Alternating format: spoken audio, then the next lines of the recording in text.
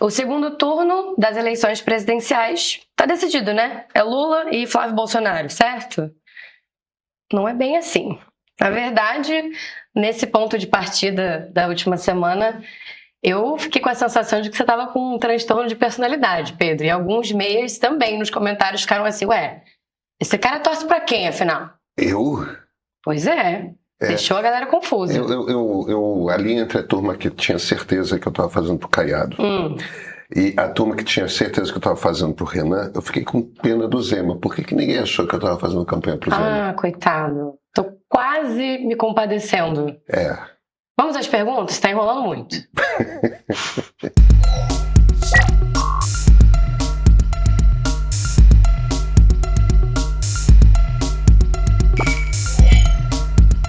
Pedro, hoje você vai ter que se explicar. Hoje tá um desafio e tanto. Vamos lá, eu vou começar com um trio de comentários e um último aqui para arrematar que eu achei divertido, no mínimo. O Jorge, ele fala o seguinte: o ponto de partida de hoje, no caso da última quarta-feira, ele deveria ser chamado de "o meio é anti-Lula". Simples assim. O Pinhei falou assim: o canal se chama Meio, mas o Pedro já decidiu um lado. Fazer campanha para derrotar o Lula.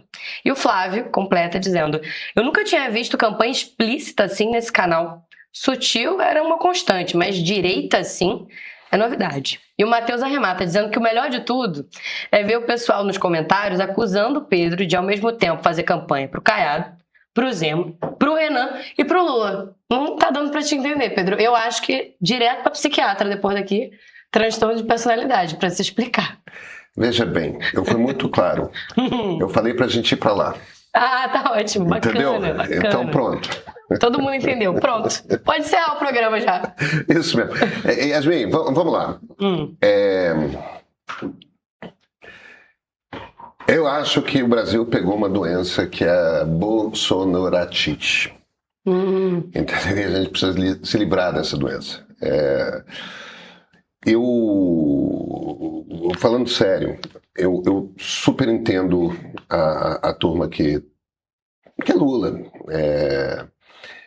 Eu super entendo as pessoas que são de direita. O meu ponto é, para muitas pessoas, e isso é parte do nosso problema, para muitas pessoas, ou você está do seu lado, entendeu? Ou então é mau caráter, ou não está entendendo alguma coisa, ou alienado político, tudo mais.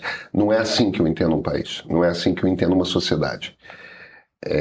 Eu simplesmente parto do princípio de que meio que metade vai tender à esquerda e meio que metade vai tender à direita.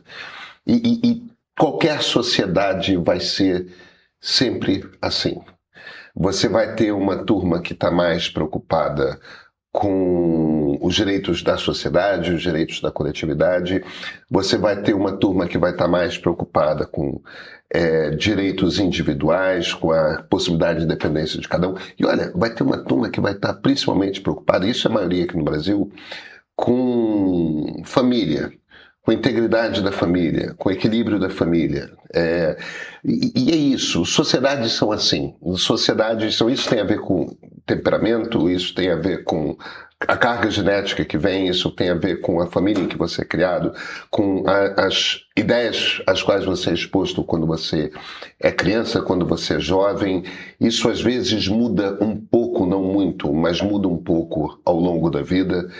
E é isso. Então, quando alguém se vira e fala: como assim você ousa insinuar que Lula não é um bom candidato? Ou quando alguém se vira e fala: por que você... Tem alguns ali cujo comentário era: você só fala mal do Flávio, por que você não fala também quais são os problemas do Lula? O meu ponto é muito simples. Se você é uma pessoa que tem uma tendência à esquerda, seu voto já está definido. Você vai votar no Lula. Não tem... Você não vai votar lá na Samara da UP, entendeu? Não vai. O seu voto é pro Lula e pronto, acabou, encerrado. E o Lula é o principal líder da esquerda brasileira. Sim, nesse sentido, a esquerda não está fragmentada. Na nova república, não. A esquerda está tudo menos fragmentada. Aliás, a esquerda que tende a fragmentar mais do que a direita, a esquerda não está fragmentada. Ali naquele flanco, está resolvido. Eu realmente acho que o Brasil vai seguir sendo o Brasil se qualquer um for candidato, se for eleito. Uhum. Mas acho que temos um problema que é Flávio Bolsonaro, Eduardo Bolsonaro, Carlos Bolsonaro, Jair Renan Bolsonaro e Jair Bolsonaro. A gente tem um problema ali. Esse troço, eu acho que é uma febre que já está começando a passar, mas ela ainda tem uma base forte. A gente precisa se livrar disso. A gente precisa se livrar desse negócio, dessa família. Entendeu? Eles são golpistas, eles são ardilosos, e eles são fundamentalmente um projeto familiar. Entendeu? Não é um projeto brasileiro, é um projeto da família Bolsonaro. Oligárquico, eu diria. E corruptos, assim, num nível absolutamente nojento, entendeu? Existe um nível de corrupção da política brasileira. Isso é... Agora, e quando começa a misturar a corrupção com envolvimento com milícia, com polícia corrupta, com arma, com violência, entende? Com essa subserviência de... É um grupo político que chega ao ponto de ir para uma nação estrangeira, para os Estados Unidos, e, cara, pedir para essa nação atacar o Brasil comercialmente, prejudicar o país inteiro para o benefício da própria... Nenhum grupo político brasileiro é podre nesse nível. Nenhum. Então, o que é o meu vídeo? Eu não estou falando com quem vai votar no Lula. Pronto, sua vida já está resolvida. Você é uma pessoa de esquerda, sua vida está resolvida. Entendeu? Eu não acho que você vai votar no Caiado, não acho que você vai votar no Zema, não acho que você vai votar ninguém da direita. Meu problema é com uma quantidade grande de brasileiros que são antipetistas. Eu não vou convencer essas pessoas a não serem antipetistas. Essas pessoas são de direita, se incomodam com uma série de políticas do PT, se incomodam com a corrupção do PT. Tá tudo certo. A maior parte dessas pessoas, a gente sabe por conta das pesquisas. Não só a pesquisa Minha Ideia. Trocentas pesquisas. Você pega todas as pesquisas de qualidade, você percebe nitidamente que existe uma preferência pela candidatura do Flávio Bolsonaro por uma única razão. As pessoas estão com a impressão de que o Flávio é o único que chega ao segundo turno com Lula, porque o Flávio é quem está na frente. E aí vira essa profecia autorrealizável. O que é o vídeo? O vídeo é uma coisa muito simples. Sou eu me virando para as pessoas que são antipetistas e falando, seu problema com o PT, deixa eu te explicar uma coisa. Existem outros caminhos para tirar o PT da presidência da República. E qualquer um dos outros caminhos é melhor do que Flávio Bolsonaro. Não transforma o Brasil num Rio de Janeiro? Não transforma o Brasil num Rio de Janeiro. Não transforma o Brasil numa grande alerge. Então, na boa, os petistas que ficarem incomodados, qual é o seu problema? O seu problema comigo é que eu estou ensinando o antipetista qual o caminho para se livrar de Bolsonaro? Você não considera que Bolsonaro é um problema gigantesco do qual a gente tem que se livrar? Agora, aí, cara, tem uma segunda turma que se vira e fala Zema, Caiado, Renan, é tudo igual a Bolsonaro. Na verdade, o que essas pessoas estão dizendo é outra coisa. Eu não estou dizendo que esses políticos sejam bons, eu não estou dizendo que esses políticos sejam razoáveis, eu não estou dizendo que esses políticos sejam competentes. Eu tenho opiniões muito distintas a respeito de cada um dos três. Acho que uns têm muito poucas qualidades, acho que outros têm mais qualidades, acho que tem quem tenha mostrado ser bom gestor, acho que tenha mostrado ser mau gestor. Nesses três tem muitas características diferentes. Um é muito diferente do outro.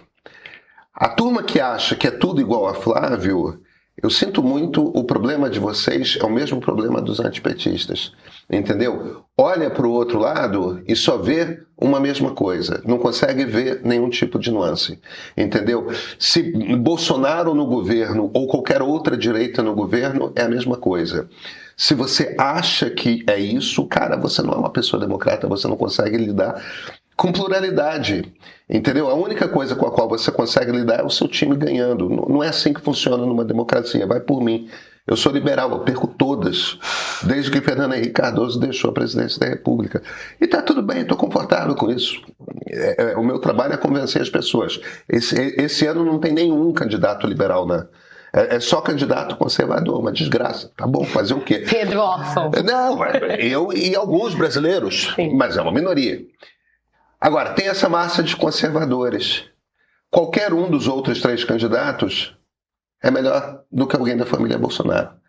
Esse é o meu ponto. Discorda de mim? Tá bom. A minha preocupação é com essa turma. Pedro, quero seguir aqui com esse comentário do Glory Seeker. Ele diz assim: Pedro, você levanta um ponto que eu gostaria que fosse debatido mais vezes. O número está baixo porque todo mundo concluiu a mesma coisa. Mas isso é consequência direta de haver pesquisa de opinião, certo?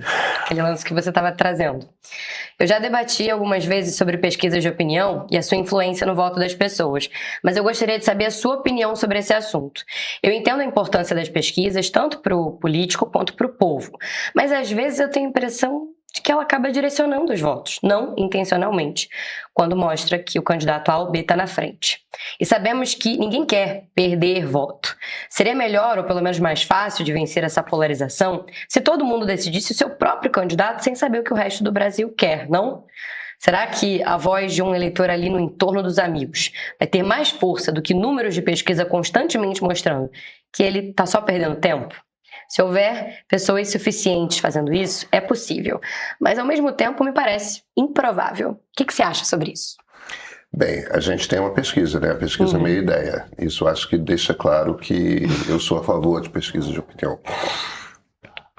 Olha, a gente tem muitos instrumentos para saber o que os políticos pensam. Eles não são muitos, a gente faz perguntas a eles. Se chama jornalismo. A gente tem muito pouco instrumento para saber o que a sociedade pensa. O único instrumento que a gente tem para entender o que a sociedade pensa é pesquisa de opinião.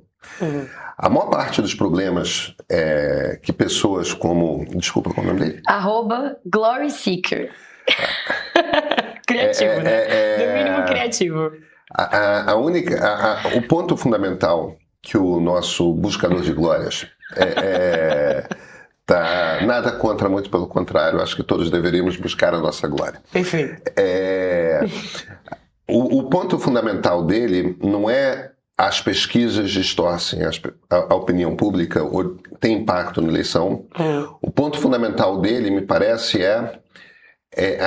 as pessoas não sabem ler pesquisa. E aí o que a gente tem que fazer é ajudar as pessoas a lerem pesquisa. E isso é uma coisa com a qual eu me preocupo imensamente. Sempre que eu faço muita análise de pesquisa. E o motivo pelo qual eu faço análise de pesquisa é o seguinte: no momento que você faz análise de pesquisa, você está fazendo, acho que, o melhor tipo de jornalismo político numa sociedade. Que não é um jornalismo de olhar para o que os políticos querem. É o jornalismo de olhar para o que a sociedade quer. Agora, é claro que é difícil você mapear a opinião de 213 milhões de pessoas. Entendeu? É um jogo por aproximação. Você faz uma pergunta, oferece 4 respostas, vê que percentual, de que grupo, de que lugar, com que preocupações respondeu qual de cada uma daquelas 4 perguntas. Aí você pega um conjunto. Como é que você desenha cada uma daquelas perguntas? A maior parte das pessoas o que faz? Olha para a corrida de cavalinhos, que é uma de 30 perguntas que a gente faz em pesquisa. Entendeu? Se a eleição tivesse tais candidatos, você votaria em quem? A maior parte das pessoas olha para isso. Elas não estão olhando para que faixas etárias estão respondendo que coisa.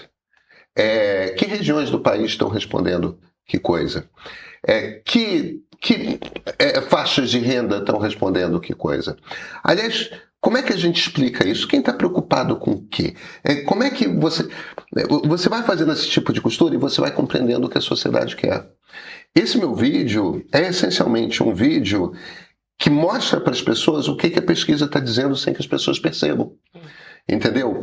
Como que a formação de opinião acontece. Veja, esse processo de formação de opinião é um processo de formação de opinião que se dá de qualquer jeito ao longo do tempo. Gente que começa na frente nas pesquisas cai para trás. Fernando Collor de Mello não começou na frente nas pesquisas da eleição que ele ganhou. Luiz Inácio Lula da Silva não começou na frente nas pesquisas da eleição que ele ganhou em 2002. Aí depois mudou. Mas em 2002, quando ele ganhou pela primeira vez, quem estava na frente das pesquisas era a Rosiana Sarney. Ela saiu da pesquisa. Ela sequer foi candidata por causa de um escândalo de corrupção. Isso é na época que escândalo de corrupção tirava político de corrida eleitoral. Não acontece mais. Mas isso é porque a sociedade mudou. E isso também diz alguma coisa a respeito da sociedade. Quando as pessoas se viram e falam, estamos muito preocupadas com a corrupção, mas aí elas percebem a corrupção no seu lado, não percebem a corrupção no seu lado, e percebem a corrupção no outro lado, isso também te diz uma coisa a respeito do nível de polarização das pessoas. Entendeu? Que você perdoa muito fácil os pecados do seu lado, aliás, você nem vê como pecado, você vê como pecadilhos, e você olha para os pecados do outro lado e vê como gigantes. Eu sou da turma que acho que só existe um pecado capital: atentar contra o regime democrático. Atentar contra o direito que cada brasileiro tem de ter a sua voz e fazer a sua escolha. Agora, faz parte do nosso trabalho como jornalista ajudar as pessoas a lerem pesquisas. Entendeu? Ajudar as pessoas a entenderem o que as pesquisas estão dizendo. E parte do motivo pelo qual a gente quis ter uma pesquisa aqui no meio, nessa eleição presidencial, cara, é exatamente isso. Isso nos dá uma ferramenta porque aí a gente não tem apenas o pedaço da pesquisa que os institutos divulgam, né? Aí a gente passa a ter a pesquisa inteira, a gente passa a poder botar perguntas específicas em determinadas pesquisas, fazer determinados levantamentos, quer dizer, cruzar muitos dados, e eu consigo fazer análises muito mais interessantes a respeito da pesquisa. De novo, por quê? Porque eu consigo ter acesso à pesquisa inteira exatamente como ela foi feita. Eu não acho que a gente tenha que negar pesquisa às pessoas, eu acho que a gente não deve negar informação às pessoas, eu acho que a gente não pode abrir mão do único instrumento que a gente tem para decifrar, ao menos parcialmente, o que a sociedade pensa. E, cara, eu acho que ali na última semana você tem o direito de mudar o seu voto para evitar um resultado que você acha pior, mesmo que você não vá votar no seu candidato favorito. Eu só estou tentando mostrar com aquele vídeo que essa é uma escolha que você pode fazer na última semana. Antes não faz sentido. Pedro, eu vou seguir aqui com o comentário do seu xará, o Pedro Meira. Ele diz assim: Pedro, eu gosto muito de você. Uma pergunta sincera. Eu não vejo 40% querendo uma terceira via. Desde 2018, a gente tem alguns candidatos dos mais variados tipos e espectros, mas a população insiste em ficar calcificada. Você acha realmente que existe esse ânimo todo para uma terceira via? Cara, eu te digo o que a gente fez uma pergunta muito específica na última pesquisa. E a pergunta era: para você, o que você considera melhor para o Brasil após as eleições de 2026? 36% disseram a reeleição de Lula. 25% disseram a eleição de alguém da família Bolsonaro. E 36% disseram outra coisa. Se dividem entre a turma que considera um terceiro que seja um político experiente e uma turma que se virou e falou um terceiro que venha de fora da política. É bem pequena a turma que disse que quer um outsider, tá? A maior parte das pessoas quer um político experiente. Eu acho que tem uma chance real para um cara como o Caiado, que é o mais experiente deles, crescer nessa eleição. Essa é uma eleição difícil, porque o Flávio começa com essa camada de 25 pontos, mas metade dessa camada de 25 pontos não é uma turma bolsonarista por sangue. Metade dessa turma de 25 pontos, que já vai para o Flávio, que acha melhor resultado, na verdade é uma turma que não está pensando, é uma turma que não está prestando atenção. É uma turma que simplesmente é antipetista e acha que... E nem sabe quem são os outros candidatos. Então, o espaço existe. O problema é o seguinte: como é que você gera um movimento que faz essas pessoas que estão ali nesse grupo que vota no Flávio, mas que na verdade é antipetista, se mover? E o que eu estava explicando nesse vídeo é o que você faz para essa turma se mover. Tá aí o convite para o pessoal reassistir, tentar entender o seu ponto. É isso. Acho que é por aí. Dá para fazer, mas é uma ação coletiva. Se muita gente vir o vídeo, talvez entenda. Se essas pessoas se motivarem, quem sabe. Pedro, obrigada pela sua participação, por ter explicado tudo isso. Eu não sei se ficou totalmente claro, né? Vai ter gente que ainda vai olhar e vai falar. É antipetista que eu sei, Torcidinha. Ou então sei que tá torcendo pro Renan, né? Candidato do Caiado. Eu só insisto, senti muita falta de gente que achasse que eu tava fazendo campanha pro Zema. Mas teve um ou outro de direita que se virou e falou: vocês estão percebendo, ele quer dividir a direita, na verdade é campanha pro Lula. Olha só, veja bem. E o pessoal do Lula falando que você estava dando dica. Tá vendo? Melhor pros outros, né? Não, cala a boca, vai atrapalhar o Lula, tá bom. Obrigada, Pedro. Até semana que vem. Até semana que vem. Um algoritmo que decide sem te avisar quem vai ser seu inimigo hoje. Uma rua em Jerusalém que carrega 3.000 anos de disputa embaixo do asfalto. Um Brasil que vota olhando para a terra que planta. Outro que vota olhando para a fila do banco.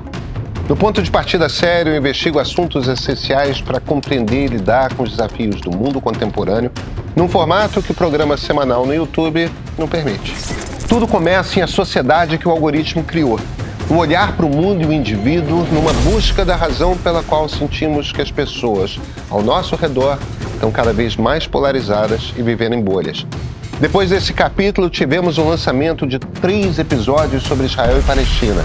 Um conflito onde quase todo mundo já chega com o lado escolhido, mas que eu fui a campo entender as raízes.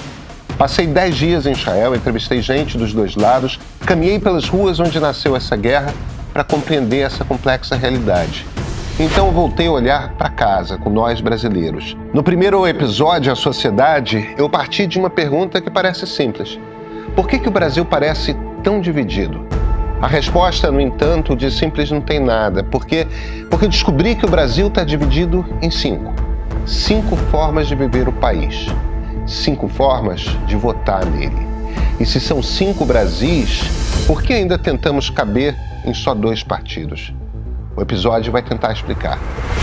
No segundo episódio, Os Partidos, eu volto à origem do nosso sistema partidário para entender por que ele já não representa o país que existe hoje e como podemos voltar a conversar sobre política. 3 grandes arcos. E não para por aí, tá? Em breve, novos episódios. Eu sou Pedro Doria, editor do Meio. E esse é o Ponto de Partida, a série. Comece a assistir no streaming do Meio, exclusivo para assinantes premium.